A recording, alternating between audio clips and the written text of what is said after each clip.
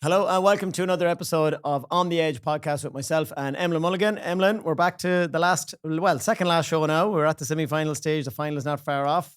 You were there on which day? Sunday? Sunday. I was up on Sunday, yeah. Sunday, so the melting heat. You were in the posh seat, so you were in the shade, were you? No, I was in the shade, yeah. It was actually funny. You nearly had to bring a jacket with you. It was still a bit of a chill in it. Oh my God, love you, the poor dude. Yeah, I was just typically complaining about that. But no, yeah, I was at the Donegal Meath game, but obviously watched the game the night before too. But two probably disappointing semi-finals in the end, but at the end of the day, the two teams that won doesn't really matter to them. There was two good great to watch Donegal and Kerry in their pomp, you know what I mean? But yeah, as regards spectacles, you know what I mean, it was a pity. As I said to you, there's probably a few teams there that go, God, if we could only have got to that stage, we probably would have done better than maybe Tyrone or Meath. But then again, you don't get there, you don't get the chance. I think in the first game, definitely, like we talked about here last week, I thought Tyrone would have been a lot closer, if not well capable of overturning Kerry, but we seen the start to got off to dominate the kick out, to create chances. It could have probably been, with McCurry's chance was a good save, maybe, you'd expect the keeper to save it, but could have been 1-3, 1-4 to a point up, but then just as Kerry do, they gradually got into that game and got the main man on the ball. And as you said, Tyrone, their forwards, like Canavan was busy, McElhone was very busy. Yeah, he had a great start. He got a lot of ball, just, very direct, and I suppose we didn't expect maybe him to start, and Peter Hart obviously on the bench, but a very positive start, as he said, and they were strong in the middle, win the breaking ball, but just faded away, unfortunately, then in the second half. Yeah, and that was it. Everyone's on with David Clifford. Joe O'Connor, I suppose you just expect Clifford to do so what he does. I know. But Joe O'Connor has just been, he wasn't even in the Kerry team. I could be a bit wrong on this, last year or something. I'm not sure. He only came in the last year or two and he wasn't really a midfielder. He had a bad injury. Did he do his cruciate a couple of years ago as well? Yeah, I think something like that. I remember hearing something. And he was a forward predominantly. Yeah. He is an absolute machine. Yeah. It's actually glorious watching him. And he missed 2 goal chances that he could have. Yeah, and especially against that throw midfield. They're two big men as well. Big men, Patrick and that. And I suppose Joe, his performance was super in the end, and obviously picked up the man of the match award, which you'd question too when a man kicks 1-9 in a semi-final that he doesn't pick it up. Well, no, Comerton's in the game. If I got 1-9, I didn't get the man of the match. I'd be really but as you said, I think that's just because of the expectancy of that's put on David Clifford. But it's but all in all, Kerry, listen, mid light working and bringing on Paddy Clifford there again. Killian Spillane just added that extra finishing touch to put Tyrone away, and unfortunately for Tyrone, their substitutions probably didn't have the same effect. No, and I think that's it. You have a few kind of more what you might call aging stars, you know what I mean? And I'd say on that heat or on that day, just the energy compared to what even Kerry. I know we all look at Donegal as a running team, but Kerry are so fast. They're half backs. Gavin White and these lads will be ugly. These guys keep running as well. So I think maybe it was just the legs. And they went through that period. Obviously, was there a 20-minute period? They didn't score, and then there was a 3-up breach. That's an awful killer. And I'm sure when you're starting to get exhausted, they didn't seem to have a huge impact off the bench. Yeah, and McKieran came in there, but McKieran hadn't played in a number of weeks, and he was taking on shots possibly that weren't on. You know what I mean? And it just, but then again, listen, he's coming in there trying to make an impact, and unfortunately, they were pulling a lot of balls even to the left hand side of the post numerous times, and they just couldn't live up to the intensity, as you said, the Kerry had, and Kerry's bench, the impact, it was just relentless from them. Killian Spillane, he's what a sub to have. Come on, what do you want your sub to do? 1 or 2 points, and he seems to get 2. Yeah, and then in terms of goal chances, Kerry, they could have easily killed that game off earlier. And I think if you had if you'd Paul Geaney in there in the end of 1 or 2 of them chances, they're in the back of the net. Paddy Clifford had won. David himself had 1 or 2 that he laid off. Could have went for the goal. Joe O'Connor blazed 2 over the bar. Could have been potential goals. And it was kind of not that far. It was getting relatively tight for a little while, and you could see Joe O'Connor on the sideline. Or Jack O'Connor, going mad. Yeah. Going what are you doing? It's just as these keep missing going, you're just thinking, are they keeping Tyrone in this game? And they probably did inevitably, and they could have won it by more. But it's no, listen, Kerry are just starting the motor again. That's 2 back. We questioned could they back up their performance that they did against Armagh. And what better way to do it? Go out against Tyrone and put them to bed very early in the second half, and it's all eyes in the final for them now. Yeah, and I heard someone commenting they've played who on Kerry now. The last 2 games of Kerry was in their group. They'd Meath, they lost. They had, I keep forgetting all the groups. I'm giving me heads on myself. But the quarterfinal, Kerry were playing. Did Meath or Scommon? Yes, Meath or Scommon. So all along, no big games. Then Armagh. Yeah. So and then Tyrone. Yeah, they're getting harder. They're running as hard, slightly harder, and Donegal. Then we'll get to them in a few minutes. Yeah. But you know what I mean. Some might say a very easy home game against Louth. Monaghan put up to them for a while, but we kind of maybe showed. I think you're starting to see a lot of true colours. In fairness to Meath as well, just showed the level they're at. They've been amazing, but how do you gauge now? In the final, I know it's going to be so even. I think the bookies have them even odds as well. I know. But for me, Kerry. like they were held, Sean O'Shea and Paddy Clifford were held for long periods of the game. So Donegal are going to have a much bigger defence of that. So if Tyrone can hold them like that, then what will Donegal do? I thought defensively, Hampsey was lined up for marking David Clifford. And like he showed him, I know you can say, he showed him one way or the other, but like he knew there was a man outside and he let him in this way rather than going, well, put him down the line. Like, you know what I mean? I know. Because this is covered. But sure, it must be impossible. The most impossible. Yeah, because even like he's still the size of me, 6'3", 6'4", but his low centre of gravity, the way like he's always hunched over, like he's always with a hunch. He's a centre of gravity of like a Derek Canavan. Yeah. He can turn and twist. Like sometimes you even watch him, you think he makes it, but he makes so like you know where he's going, but he just turns onto the left foot, and you can see the extra yard he's got automatically on the likes of Hampsey or whoever was beside him. Then he puts the hand out. Well, he just threw him off. The long reach he has, then just to leave it on the left foot, and he just like he's a phenomenal talent, and he just showed it like with obviously just being left singly in there on his own when he gets the ball. It's just, he's just unmarkable. And as you said, it's a long day in there for a full back, having to mark him on his own, thinking, worrying every ball is coming in, you're going. But is it not naive then to go? Yeah, like we all play a bit of Gaelic. You go, well, that's the star. Double up on him, or at least have someone hovering around going, if he's getting it, you just come over. And you take a chance sometimes. Go, well, let's leave the guy. I know. As one bag was saying, oh, he can have it. Like the ultimate insult if you're the forward, like, oh, they let me have the ball. Like, and you would imagine, again, we'll touch on it, but going forward, like you can't imagine Jim McGuinness just leaving Brendan McCole as such on him. On his own solo. And he can leave you on your own out there. And maybe, listen, we've all spoke to, and like up there, a lot of people are talking about it saying, and it's the same as we say, oh, let him score. Like he's going to score 1-6 or 1-7. Like let him have that, but that's his cut off. Like, do you know what I mean? You can't just keep it the same going when he's kicking 1-9, 1-10, because I'd be personally going forward, I think against Donegal, he's going to have to match that, to be honest. I think, you know, that's expected of him. Like if he doesn't kick 1-8 or 1-9 against Donegal, Kerry, I think it's going to be a long day for him, because there is a reliance on him to kick that. Yeah. It's just a given nearly now, but it's just I can't see another team being as naive to say just leave you in there one-on-one. And it's and look, Paul Geaney I know was missing there, but you know, maybe just not hugely prolific, you know what I mean? And like Tyrone, like when they were chasing the game, I think it was the 63rd minute I wrote down, they put in Brian Kennedy in full forward, chipped the ball in, like,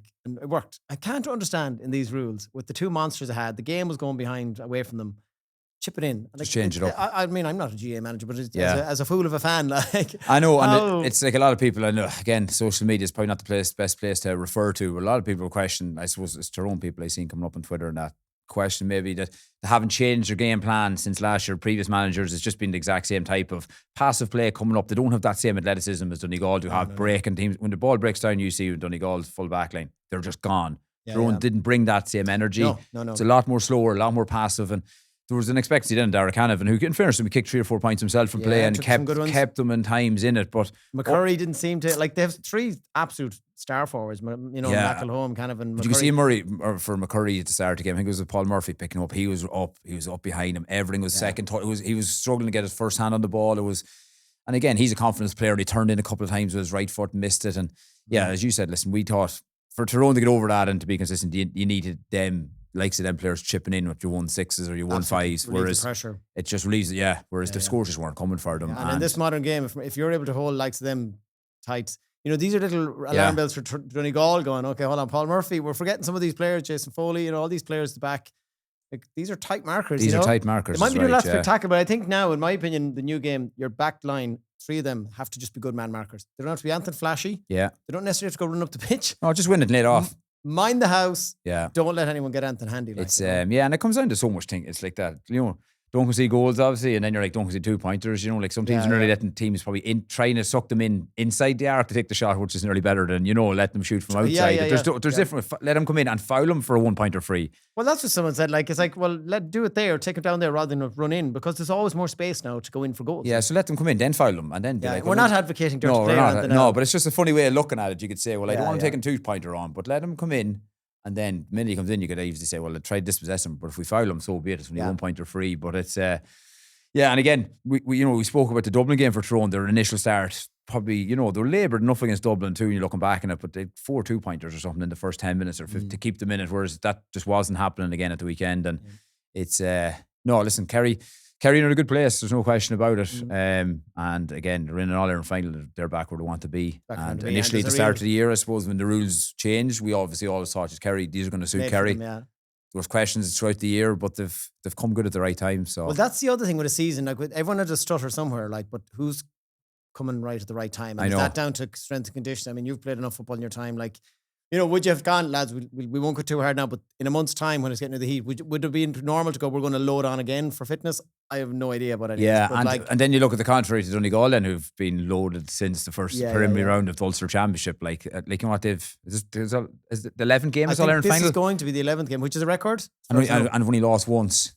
Yeah, like that's an incredible season to won 10 or they've went to whatever extra time in the Ulster final, but they've nearly won 10 games out of 11 or 9 out of 10 should I say going into an Ireland final. Like, has it ever been done before? It's crazy stuff, and I know it's probably worked in their favour in terms of such a heavy load through the Ulster Championship, and you could question the opposition in the last 2-3 games hasn't been as great as we've expected Kerry to play against, but maybe that's going to work in their favour because again they were able to take off lads. I know Michael Murphy the weekend, but we'll go into that. But it's leading nicely in for them in terms of recovery and that, and not having as intense games that they would have thought. And I think I said this in one of the previous shows here that last year I was in Croke Park and Michael Murphy was the Legends Tour, and one of the questions asked him, what's the difference in Croke Park? Like, because it's not, he said the speed of the pitch.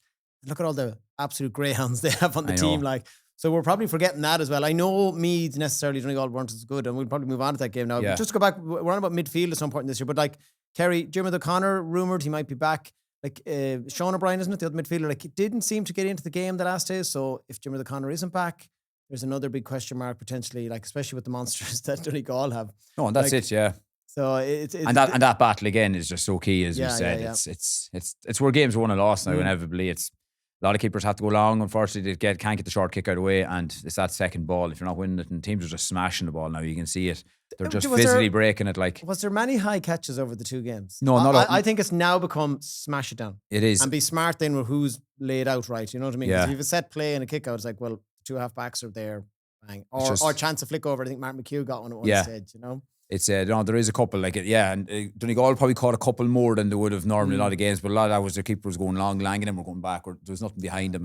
But it's just like even Patton was struggling to get away. Well, he had a few bad ones, but he had some absolute missiles in as well. That just makes up for it. So Jesus going on to that game. Yeah. Well, for me, just like Langan, we mentioned in their midfield, like, oh my God, like he's an absolute monster. Like, we talk about Joe O'Connor, like the two. I wouldn't say two different players here, but he is so classy of a footballer as well. Like he's like, there's a couple of times watching, like you could see Owen Garrett. I suppose this is the way Donegal are drilled too. Like there was a couple. My wife was with me, and I wouldn't question her knowledge on the game, but every time she sees someone step inside, like the D, why aren't they shooting? But there was a very strong breeze in that first half where we were sitting just 2 or 3 up from the sideline.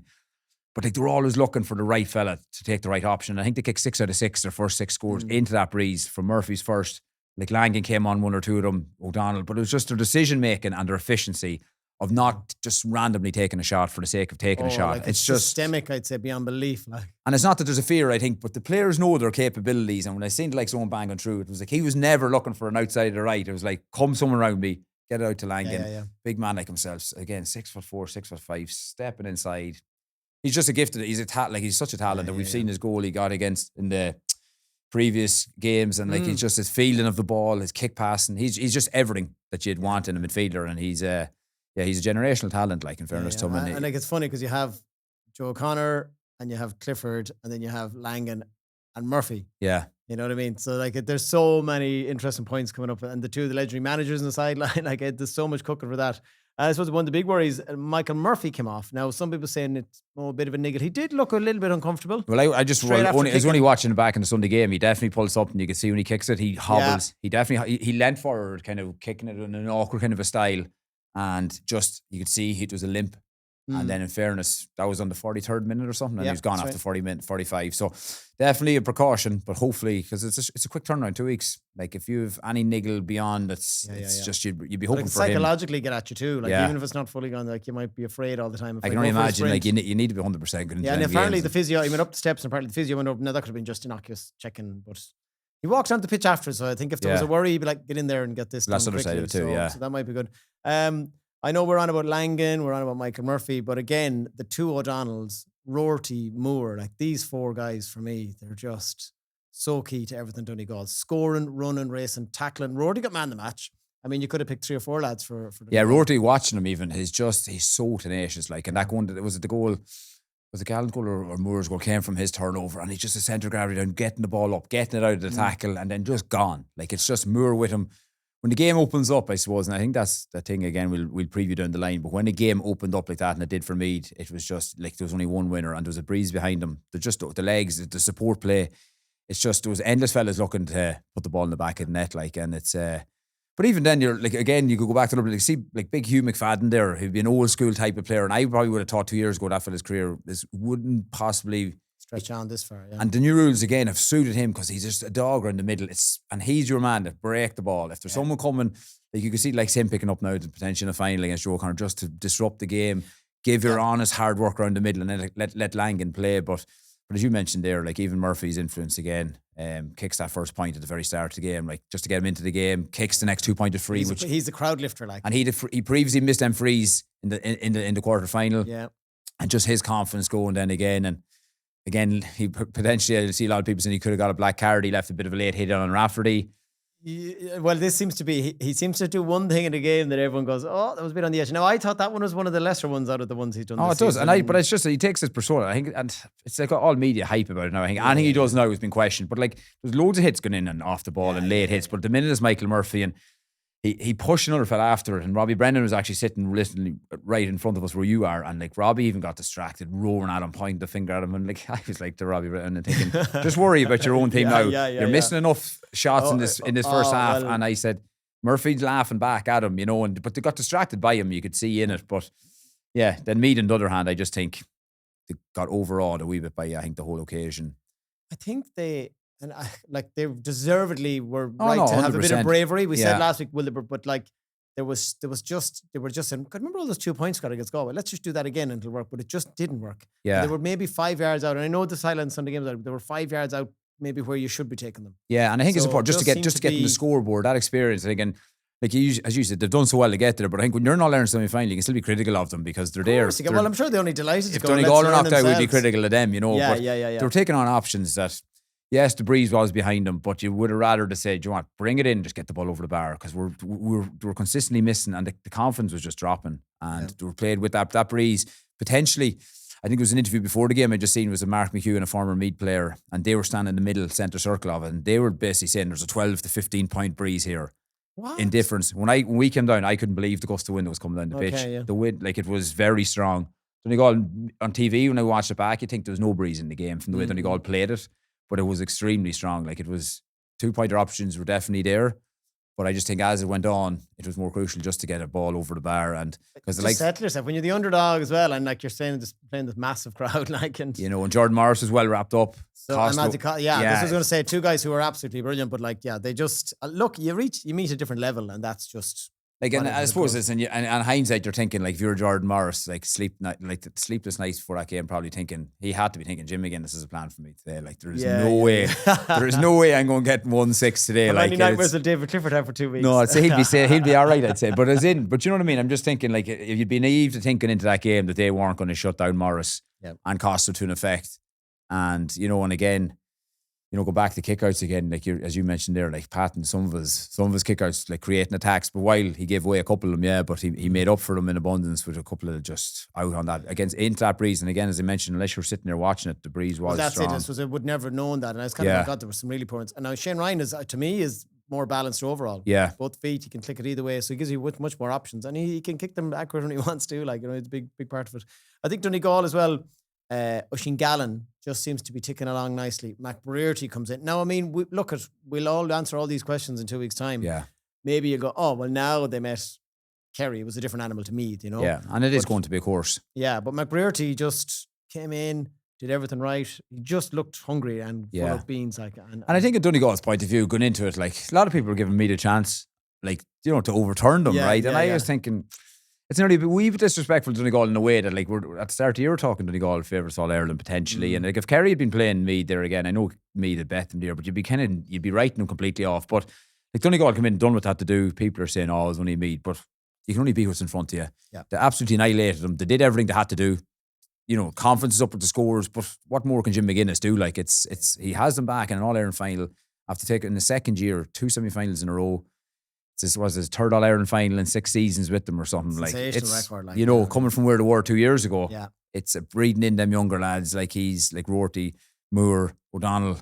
You know, like and it's Rorty, he tried to get him in last year, he was too young. Too young, so he's obviously just 18 or something. He played him in a challenge. He played him in a challenge, was it, or something in November or something, and but he couldn't. He wasn't allowed to play in the National League. Now then he's coming in and man the match in the semi-final, like so. And that's probably his first time. Like that's his first time ever on that occasion and just shows you nothing phases him. Like it's just. No. I said the mental, but you're on about like if we're trying to get a barometer, like okay, you would probably over the season think Tyrone are probably a little bit down the line as a experienced than Meath. Kerry wiped them really. Yeah. And Donegal, like, was it 20 in the end? Yeah. 20 points. But like, if you're trying to get a measure going, okay, a decent team would have beaten Meath maybe by 4 or 5 points. So you're trying to go, how good are Donegal? Like, you wiped them. 20 points. And I remember at 17 points up, there was something happened. Something happened to a miss or something. And McGuinness was still roaring at the players to do it right. Like, so it's all a system. It's funny. I was reading an excerpt in the paper yesterday today, and in his book, when they lost the 2014 All-Ireland to Kerry, I think that's the right year, but it was lost to Kerry in 14. And McFadden nearly flicked the ball in, and he said in his book, hit the post. He said, at that moment, I actually didn't want it to go in because we didn't deserve it. Like, that's an insight into the man's mind. And they didn't. He goes, even if we'd won it, it wouldn't have been pure enough for him. Like that, you had to tick the boxes of playing well. Like so, it's his opportunity now to. Right the wrong, like it is. But but overall, you have to hand it to them. They did what they were given. They took the opportunity. They were ruthless, as you said. They never took the foot off the gas. No, they never stopped. And Whale coming in, and like, at the end of the day, why wouldn't you? They want to play an All-Ireland final. Like it's like there's boys there even on the bench like Emlyn Brendan. These lads aren't really getting game time at all. Like and you're looking in, going any team would love to have him on his team. But it's a different kettle of fish they're coming up against. It's a team that's flying in terms of confidence after 2 big teams against all 2 Ulster teams already, going for a third. So, but you just imagine down the line, McGuinness is going to have some plan. That is just. I like it. I'd love to go. I know I'm a neutral, but I'd love to go and be up high and watch what's going on. Yeah, because I'd say the plans and the tactics are going to be. Yeah, and it's going to be. Listen, a lot of his focus. He's going to have to watch back every game, and I'm sure he will have. What way is the best way to mark David Clifford here? And But then again, the best way to get it is just with like them kick outs. Your kick out is so crucial. Your breaking ball is so crucial that because you've seen Tyrone. First 6-7 balls, no balls going into Clifford. Why? Because they were winning the ball around the middle. And like that's a crucial part of the game. And if their efficiency is as good the other end, they may be able to say, well, Clifford, listen, he can score 1-7, 1-8, but that's he's going to be limited supply he's going to get. I wish make sure no one else is getting in the game. And look, I mean, everyone seems to be coming back from injury, as we said. Darrow Boyle, Paul Geaney, you know what I mean? Jim O'Connor so it's so I don't think there's been an Ireland final with Everton's just cooking along lovely. It's like it. And that's why, as I said, the bookies seem to have them. I think they're both at evens. Yeah, and I think at the start of the year, if you said, well, you're a goal man, obviously. If you were to say as a neutral, like, would you love to see Kerry and Donegal in a final? You probably would have said, geez, it'd be a great final. Yeah. Well, it's all the subplots. Murphy back, McGuinness it is, of course, back, So it just creates, it's a perfect media baby altogether. So it's, and listen, you could say 2 different styles of play. Yeah, Kerry run the ball a lot too. People keep saying, they don't overkick it either. Yeah. Like obviously we know Donegal's style is literally run the ball. And it's 2 different styles of play to a degree, but but as you mentioned with name players there, like, Langan against O'Connor or whoever it may be, Murphy versus Clifford opposite ends, like there's just Gallen versus Geaney or whoever. There's multiple double pagers. There is. There's so much quality on show, and with the game the way it is now, it's going to be a spectacle. Whereas if you went back, if this was on our final 2 years ago, we'd be saying this could be a dour affair now because we're going to have Clifford wrapped up. It's just going to be laboured, whereas now it's let's go at it. Oh yeah, because I love the unknown of it all. Like, I know we're going to hopefully have a live show. We keep an eye on our social media. We might have a big live show the week of the All-Ireland final. But just if you even loosely think of All-Stars, right, away from Donegal and Kerry, like I think they're going to nearly clean sweep the All-Stars.